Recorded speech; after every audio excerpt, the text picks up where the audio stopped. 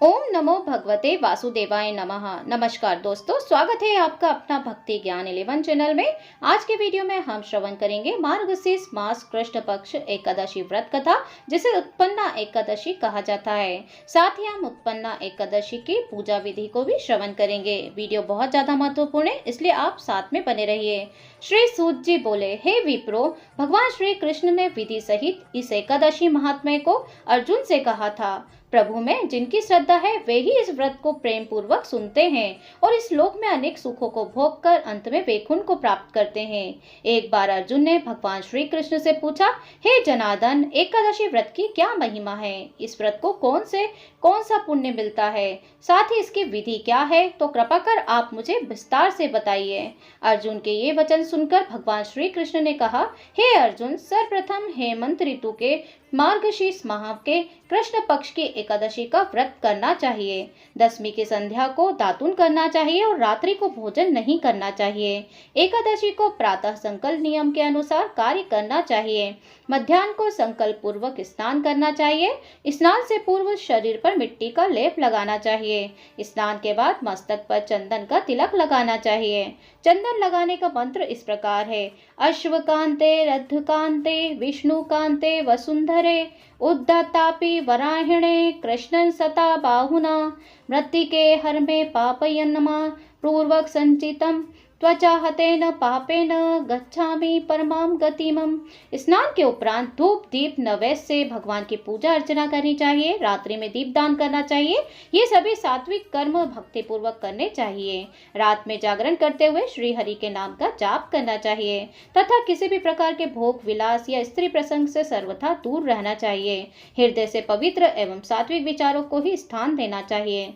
इस दिन श्रद्धा पूर्वक ब्राह्मणों को भोजन दान दक्षिणा देना चाहिए। उनसे अपने पापों की क्षमा मांगना चाहिए। धार्मिक जनों को शुक्ल पक्ष और कृष्ण पक्ष की दोनों एकादशियों को एक समान समझना चाहिए। इनमें भेदभाव नहीं करना चाहिए। हमने जो आपको पूजा विधि बताई है उसी के अनुसार एकादशी का व्रत करना चाहिए और पूजा आराधना करना चाहिए। जो लोग इस तरीके से व्रत करते हैं उनको शंख उद्धार तीर्थ एवं दर्शन करने से जो पुण्य प्राप्त होता है वह एकादशी व्रत के पुण्य के 16वें भाग के बराबर भी नहीं है। अर्जुन व्यतीतात योग में संक्रांति में यह सूर्य और चंद्र ग्रहण में दान देने से जो और कुरुक्षेत्र में स्नान करने से जो पुण्य फल प्राप्त होता है वही पुण्य मनुष्य को एकादशी का व्रत करने से प्राप्त होता है। हे कुंती पुत्र, जो फल वेद पाठी ब्राह्मणों को 1000 गोदान से प्राप्त होता है उससे 10 गुना अधिक पुण्य एकादशी का व्रत करने से मिलता है। 10 श्रेष्ठ ब्राह्मणों को भोजन कराने से जो पुण्य फल प्राप्त होता है वह एकादशी के पुण्य के 10वें भाग के बराबर होता है। निर्जल व्रत करने का आधा फल एक बराबर अर्थात एक बार भोजन करने के बराबर ही माना गया है। अतः एकादशी का व्रत करने पर ही यज्ञ दान तप आदि मिलते हैं, अन्यथा नहीं। अतः एकादशी का व्रत अवश्य करना चाहिए। इस एकादशी के व्रत में संग से जल नहीं पीना चाहिए। मांसाहार तथा अन्य निरामिष आहार का एकादशी के व्रत में सर्वथा निषेध है। एकादशी व्रत का फल 1000 यज्ञों से भी ज्यादा है। भगवान श्री कृष्ण के वचन सुन अर्जुन ने कहा, हे प्रभु, आपने इस एकादशी व्रत के पुण्य को अनेक तीर्थों के पुण्य से श्रेष्ठ एवं पवित्र बताया है। इसका मतलब क्या है? आपने इसे पवित्र क्यों बतलाया है? कृपा करके यह सब कुछ मुझे विस्तार से कहिए। श्री कृष्ण जी बोलते हैं, हे पार्थ, सतयुग में एक महाभयंकर दैत्य हुआ था। उसका नाम मूर था। इस दैत्य ने इंद्र आदि देवताओं पर विजय प्राप्त कर उन्हें अपने पद से हटा दिया और इस इंद्र ने भगवान शंकर से प्रार्थना की कि हे भोलेनाथ, हम सब देवता मूर दैत्य के अत्याचारों से दुखी होकर मृत्युलोक में अपना जीवन व्यतीत कर रहे हैं। राक्षसों के भय से हम बहुत ज्यादा दुख और कष्ट भोग रहे हैं।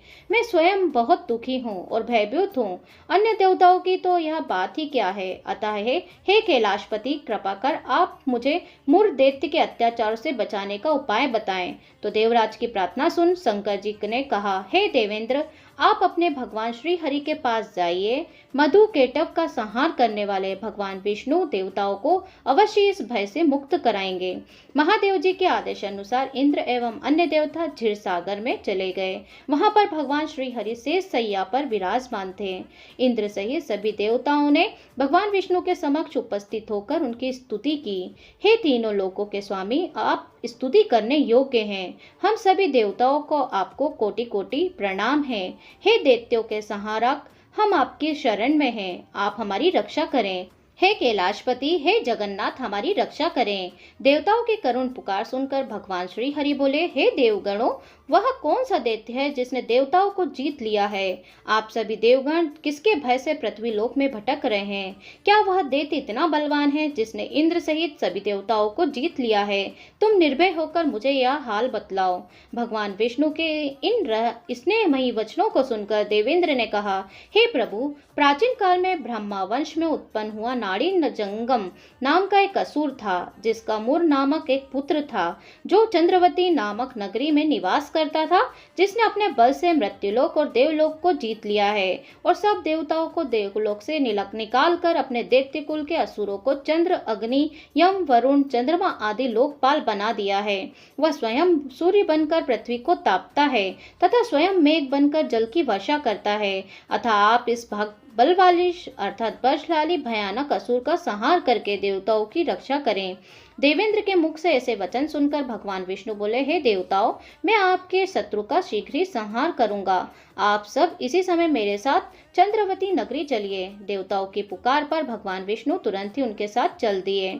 उधर दैत्यराज मुर ने अपने तेज से जान लिया था कि भगवान विष्णु युद्ध की इच्छा से उनकी राजधानी की तरफ आ रहे हैं। अतः अपने राक्षस योद्धाओं के साथ वह भी युद्ध भूमि में जाकर गरजने लगा। देखते ही देखते युद्ध शुरू हो गया था।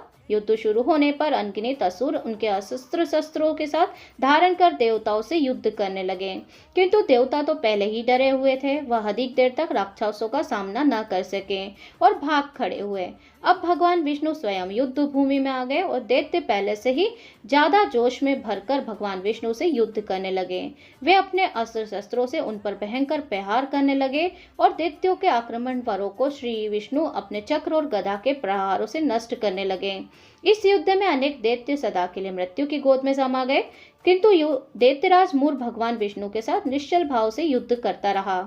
उसका तो जैसे कि एक बाल भी बाका नहीं हुआ था। वह बिना डरे युद्ध कर रहा था। भगवान विष्णु मूर को मारने के लिए जिन जिन शस्त्रों का प्रयोग कर रहे थे, वे सब तेज से नष्ट होकर उस पर पुष्पों के समान गिरने लगते।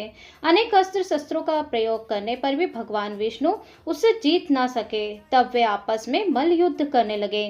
भगवान श्री हरि उस असुर से देवताओं के लिए सहस्त्र वर्ष तक युद्ध करते रहे, किंतु उस असुर से जीत ना सके। अंत में भगवान विष्णु शांत होकर विश्राम करने की इच्छा से बदरिका आश्रम स्थित 38 कोस लंबी एक द्वार वाली हेमवती नाम की गुफा में प्रवेश कर लिए। हे अर्जुन, उस गुफा में प्रभु ने शयन किया। भगवान विष्णु के पीछे पीछे वह दैत्य भी चला आया था। भगवान श्री हरि को सोता देखकर वह उन्हें मारने को तैयार हो गया। वह सोच रहा था कि मैं आज अपने चिर शत्रु को मारकर हमेशा हमेशा के लिए निष्कंटक हो जाऊंगा, परंतु उसकी यह इच्छा पूर्ण न हो सकी, क्योंकि उसी समय भगवान विष्णु की देह से दिव्य वस्त्र धारण किए हुए एक अत्यंत मोहिनी कन्या उत्पन्न हुई और राक्षस को ललकार कर उससे युद्ध करने लगी। उस कन्या को देखकर राक्षस को घोर आश्चर्य हुआ और वह सोचने लगा कि यह ऐसी दिव्य कन्या कहाँ से उत्पन्न हुई है, और फिर वह असुर उस कन्या से लगातार युद्ध करता रहा। कुछ समय बीतने पर उस कन्या ने क्रोध में आकर उस दैत्य के अस्त्र शस्त्रों के टुकड़े टुकड़े कर दिए और उसका रथ तोड़ डाला। अब वह उस दैत्य को बड़ा ही क्रोध आया और वह सारी मर्यादाएं भंग करके उस कन्या से मल्ल युद्ध करने लगा। उस तेजस्वी कन्या ने उसको धक्का मारकर मूर्छित कर दिया और उसकी मूर्छा टूटने से पूर्व ही उसका सिर काटकर धड़ से अलग कर दिया। सिर कटते ही वह असुर पृथ्वी पर गिरकर मृत्यु को प्राप्त हुआ। बाकी बचे असुर अपने राजा का ऐसा युद्ध दुखद अंत देखकर भयभीत होकर पाताल लोक में भाग गए। भगवान विष्णु जब निद्रा से जागे तो उस असुर को मरा देखकर उन्होंने घोर आश्चर्य किया और ये वे सोचने लगे कि इस महाबली को किसने मारा है। तब वह तेजस्वी कन्या श्री हरि से हाथ जोड़कर बोली, हे जगदीश्वर, यह असुर आपको मारने को उद्गत था, तब मैंने आपके शरीर से उत्पन्न होकर इस असुर का वध किया है। कन्या की यह बात सुनकर भगवान बोले, तुमने इस असुर को मारा है, अतः हे कन्या, मैं तुमसे अत्यंत प्रसन्न हूँ। इसे मारकर तुमने तीनों लोकों के देवताओं के कष्ट को हरा है, इसलिए तुम अपनी इच्छा अनुसार वरदान मांग लो, मैं तुम्हारी प्रत्येक इच्छा को पूर्ण करूंगा। भगवान की बात सुन कन्या बोली, हे प्रभु, मुझे यह वरदान दीजिए कि जो भी मनुष्य या देव मेरा व्रत करे उसके सभी पाप नष्ट हो जाएं और अंत में उसे स्वर्गलोक की प्राप्ति हो। मेरे व्रत का आधा फल रात्रि को मिले और उसका आधा फल एक समय भोजन करने वाले व्यक्ति को मिले। जो श्रद्धा पूर्वक भक्ति पूर्वक मेरे व्रत को करे वे निश्चय ही वैकुंठ लोक को प्राप्त करें। जो मनुष्य मेरे व्रत में दिन तथा रात्रि को एक बार भोजन करे तथा धन्य धान से भरपूर रहे, कृपा कर मुझे ऐसा वरदान दीजिए। श्री हरि बोले, हे कन्या, ऐसा ही होगा। मेरे और तुम्हारे भक्त एक ही होंगे। अंत में संसार से प्रसिद्धि को प्राप्त करके मेरे लोक को प्राप्त करेंगे। कल्याणी, तुम एकादशी को पैदा हुई हो, इसलिए तुम्हारा नाम ही एकादशी हुआ है। क्योंकि तुम मेरे अंश से उत्पन्न हुई हो, इसलिए संसार में तुम उत्पन्ना एकादशी के नाम से जानी जाओगी। तथा जो मनुष्य इस दिन व्रत करेंगे उनके समस्त पाप समूल नष्ट हो जाएंगे। तुम मेरे लिए अब तीज, अष्टमी, नवमी और चौदस से भी अधिक प्रिय हो। तुम्हारे व्रत का फल सब तीर्थों के फल से भी महान होगा। यह मेरा अखंड कथन है। इतना कहकर भगवान श्री हरि उसी स्थान पर अंतर्धीन हो गए। और भगवान श्री कृष्ण ने कहा, हे पांडुपुत्र, एकादशी के व्रत का फल सभी व्रतों और सभी तीर्थों के फल से महान है। एकादशी व्रत करने वाले मनुष्य के शत्रु का मैं जड़ से नाश कर देता हूँ और व्रत करने वाले को मोक्ष प्रदान करता हूँ। उन मनुष्यों के जीवन के वे जो भी कष्ट होते हैं उन्हें मैं दूर कर देता हूँ। अर्थात मुझे अत्यंत प्रिय एकादशी के व्रत को करने वाला प्राणी सभी ओर से निर्भय और सुखी होकर अंत में मोक्ष को प्राप्त होता है। हे कुंती पुत्र, यह मैंने तुम्हें एकादशी के उत्पत्ति के विषय में बतलाया है। एकादशी व्रत सभी पापों को नष्ट करने वाला और सिद्धि प्रदान करने वाला है। श्रेष्ठ मनुष्यों को दोनों पक्षों की एकादशियों को समान समझना चाहिए, उनमें भेदभाव उचित नहीं है। जो मनुष्य एकादशी महात्म्य का श्रवण व पठन करेंगे उन्हें अश्वमेध यज्ञ के समान फल प्राप्त होगा। यह मेरा अकंठ वचन है। तो बोलिए भगवान विष्णु की जय। माता एकादशी माता की जय। इति श्री उत्पन्ना एकादशी व्रत कथा समाप्तः। तो बोलिए भगवान विष्णु की जय।